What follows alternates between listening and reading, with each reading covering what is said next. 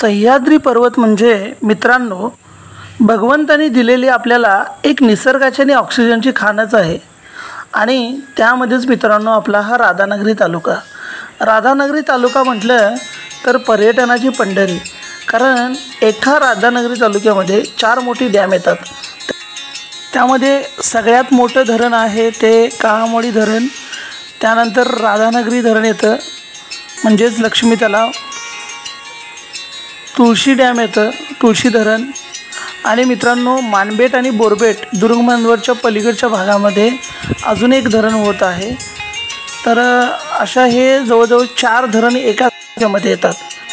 आणि मित्रांनो तर आवर्जून या राधानगरीला आपण भेट देत असतो, दिली पाहिजे।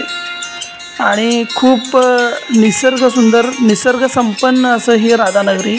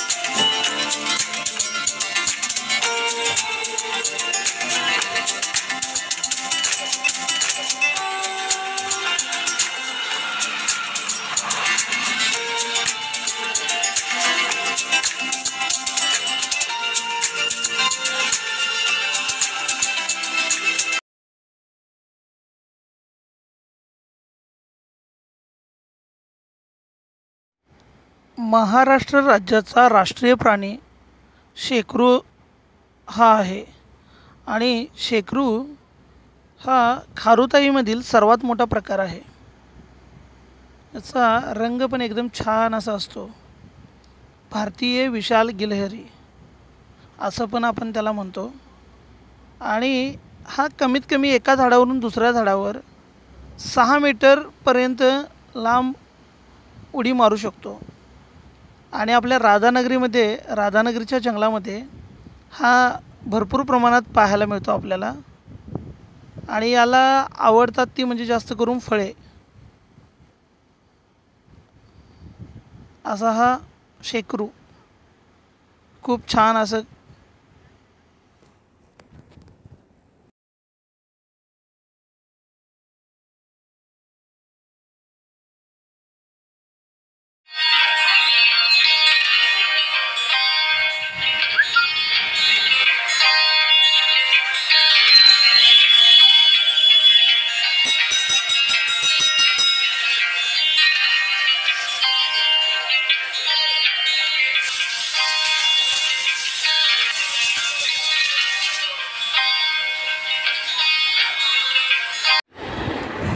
मित्र हो, आपल्याला समोर दिसत असणारी फुले ही कारवीची फुले आहेत आणि कारवीला 7 वर्षातून एकदा मित्रांनो फुले येतात। यावर्षी राधानगरीमध्ये आणि जंगलामध्ये चांगलाच कारवीला बहर आलेला होता। खूप जबरदस्त असं आणि सुंदर असा निसर्ग नटलेला आपल्याला पाहायला मिळाला। नमस्कार मित्रांनो, आडवाटेवरच्या या स्वर्गीय प्रवासामध्ये आपल्या सर्वांचं मनापासून सहर्ष स्वागत आहे। मित्रांनो, मी आहे राधानगरी डॅमवरती आणि राधानगरी डॅमचे जे 7 दरवाजे आहेत त्या 7 दरवाजांच्या जवळ आहे।